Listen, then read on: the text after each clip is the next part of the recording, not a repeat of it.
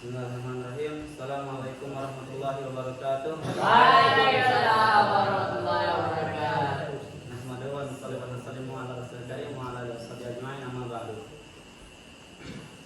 An Abi Hurairah radhiyallahu anhu qala Rasulullah sallallahu alaihi wasallam qad hamamtu an amura fityati fayajma'u li hazman min hatabin thumma ati qauman yusalluna fi buyutihim fayatat bihim 'illatun fahiquha 'alaihim. Rawahu Muslim.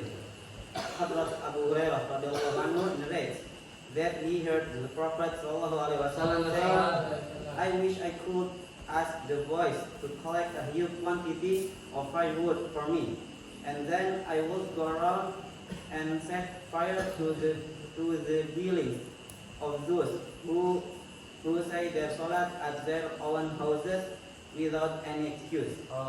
The Prophet sallallahu alaihi wasallam, who was most kind and merciful towards his followers, and was greatly pained to see them even in a little trouble, gets offended so much that he is ready to set fire to the houses of those who are content with saying salat at their houses.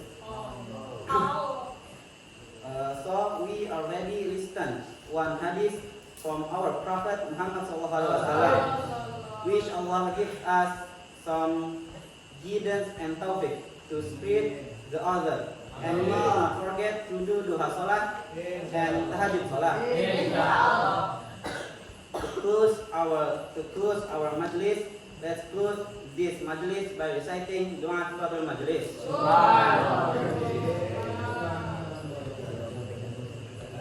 Assalamualaikum warahmatullahi wabarakatuh.